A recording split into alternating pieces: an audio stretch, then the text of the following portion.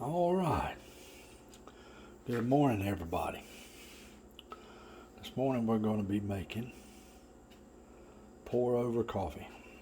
Kind of going through what all you need to do it with. I store mine in a cabinet.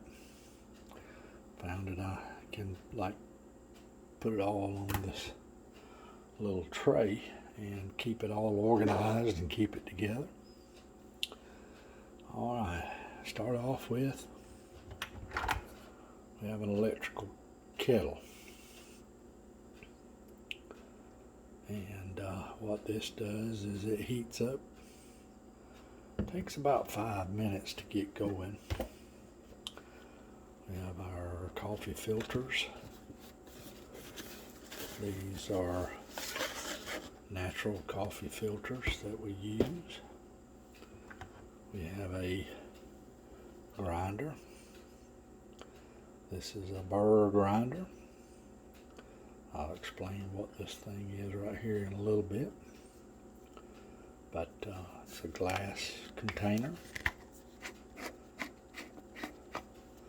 all drops down in there as you're grinding. You have a lid here. And down in there you can see it's a ceramic burr grinder. You pour your coffee over into here, you measure it out, and you grind your coffee. We'll take a look at that in a minute. Right here is the plate that you use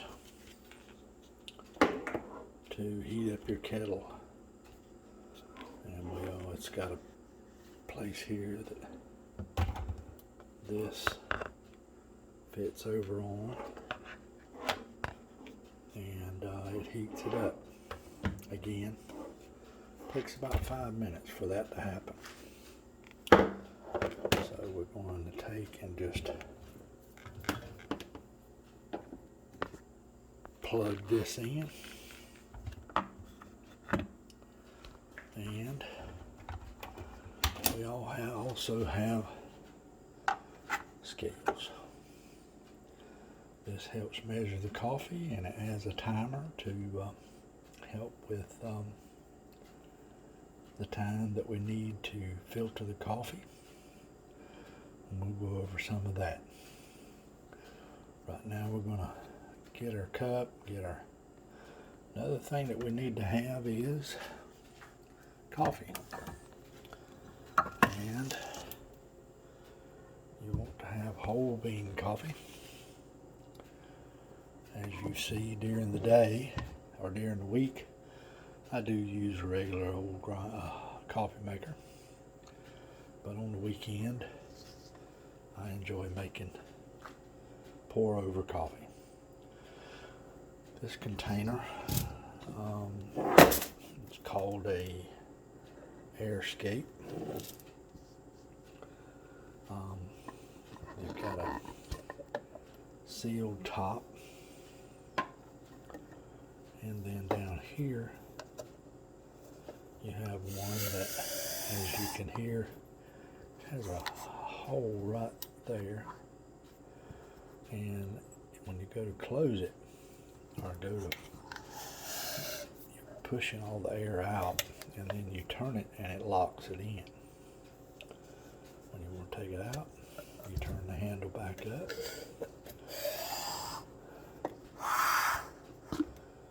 And that helps to keep your whole beans fresh. So we'll be back with our cup and whatever else we need to use in just a second. All right. This is what we use to put the grinds in and to filter the coffee into whatever you're going to be drinking out of. I use this particular cup. Doesn't really matter about what cup you use. You do want to know about how much water you're putting in the cup. So the very first one, you want to put your water in, and the way this scale works is before you turn it on, so you zero tear it out, you put whatever you're wanting to measure in on there first and then turn it on. What'll happen, it'll go to 0, okay? And then you can get your water. Now, this water is filtered inside the refrigerator, and that gives you good filtered water. Some people get a little crazy about the water. Now, what this does is gives you how many grams of water that you're using. Now, if you need to, you don't want to do all this figuring. It's 16.7 ounces, 473 grams. So that's how much water is in the cup. And when you start doing your calculations, there's plenty of things online that shows you how much coffee you should be using, because you are measuring the grams on it. Shows you different things, and we'll take a look at that in a minute. Right now, we're just going to put our water in our coffee kettle. Now, you have to what they call rinse out the filter. We'll show you that in just whenever we go to it. So you need a little more water than just your water for your cup. So you put some more in. Okay, I'll show you why in a little bit. Now, what you want to do there is you put your lid, make sure your holes are pointing away, because when you go to grab the handle, you don't want the steam coming back on you.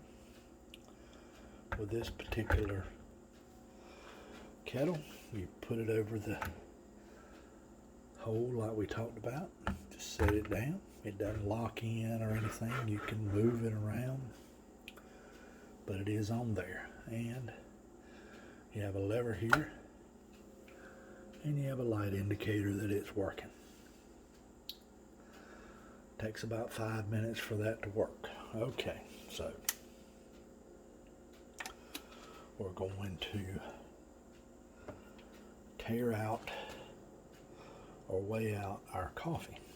Now, I use a little spoon there with a napkin not to get the counter wet or dirty. Whatever you're wanting to measure in, you put it on the weight or scale first, and then you turn it on. What that will do is give you 0. Okay.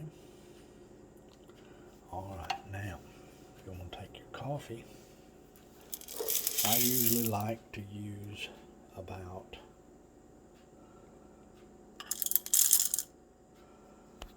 12 to 13 ounces.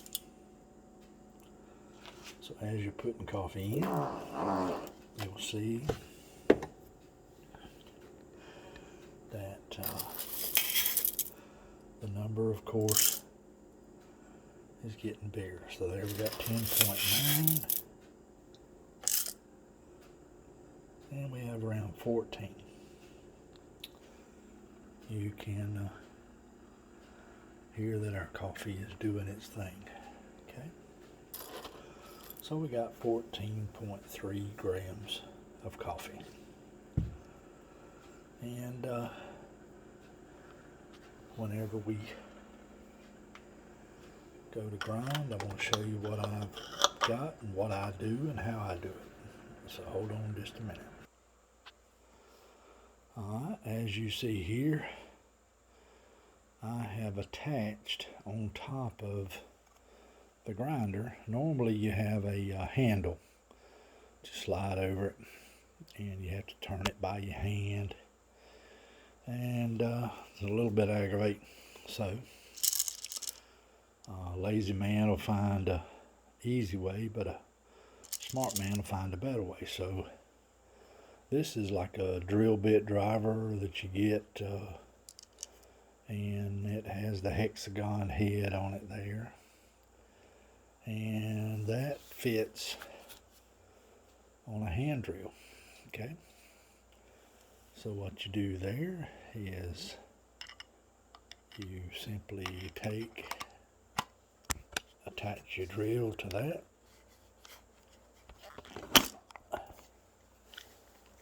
and you grind your coffee. This is a thorough grind.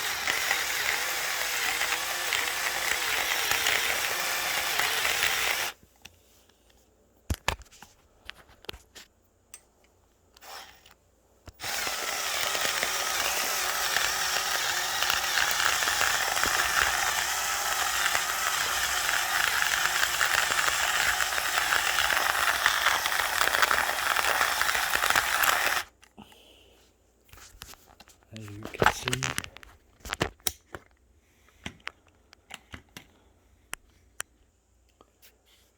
alright, as you can see,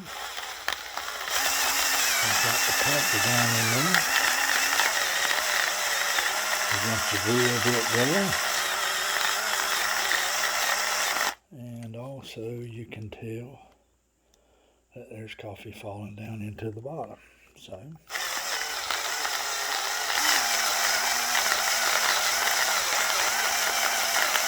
just hold it real tight and let it do its thing. And we'll be right back. Alright, so now we have ground coffee out of our Brew ceramic grinder.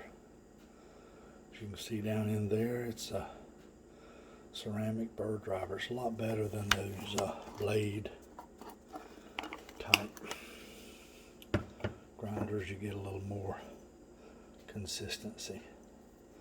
Okay, we'll set our cup up, get our water ready, and we'll start in just a second. Alright, first thing you want to do, get your paper filter, fold this down to the side there, put that down in your cup holder. What I do is I take the lid off. This kettle gets up to about 190, and you actually want 210. What I found was with the lid off, it'll keep getting hotter. So we're going to turn that back on. We're going to let it start doing its thing there. You place this red filter holder on top of your coffee there. What we're doing right now is rinsing the filter. As you can tell, it's getting full and hot. You just simply take that off, and you just want to rinse out your filter.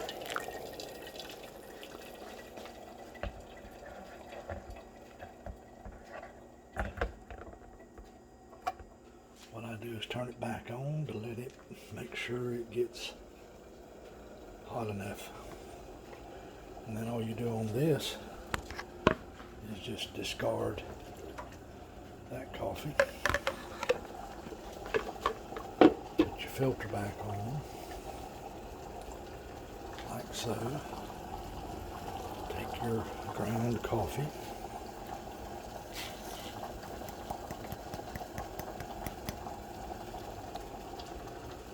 pour it in. Kind of want to shake it level. take our hot water. Now, what you're doing right now is letting the gas get out of your coffee. It has some gas in it, and so what you do is you pour in the center and kind of go out, hence the term pour over coffee. Now, what's happening here is that it is escaping gas. If you see those bubbles, also you want to set your timer, because you want that to sit and let that happen. You can see those itty bitty bubbles down in there. That is releasing gas in the coffee. All right, and you take a look at your timer. Make sure it does what it does for 30 seconds, and so you're done there. And you take your coffee and your water, still hot, and again you do what is called a pour over. You want to start in the middle and pour around. And you'll see your coffee starting to kind of change color. That's sort of an indication. Now what I do is take a small spoon, scrape down the sides,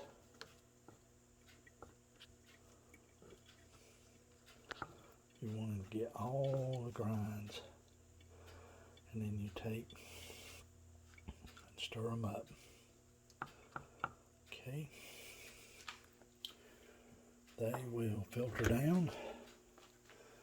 As soon as you see all the water go out, you start it again, and you go around and around and around. Try not to go down the sides, and try to watch how much water you put in.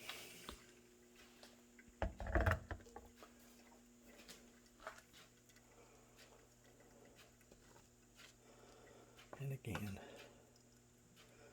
you want to make sure that every little grind is getting saturated.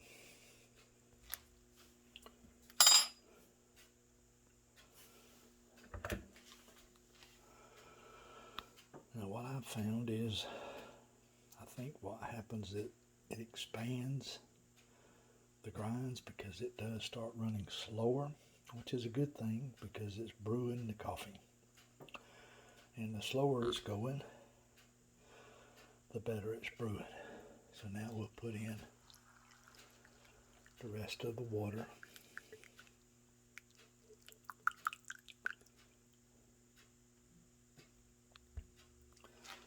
Now with this particular cup, and that's the reason you use the cup to measure with, so you don't get too much water, is it's dripping down and you can't really see how much water is going into the cup. So if you measure with the cup on the amount of water you're using, then it should not run over.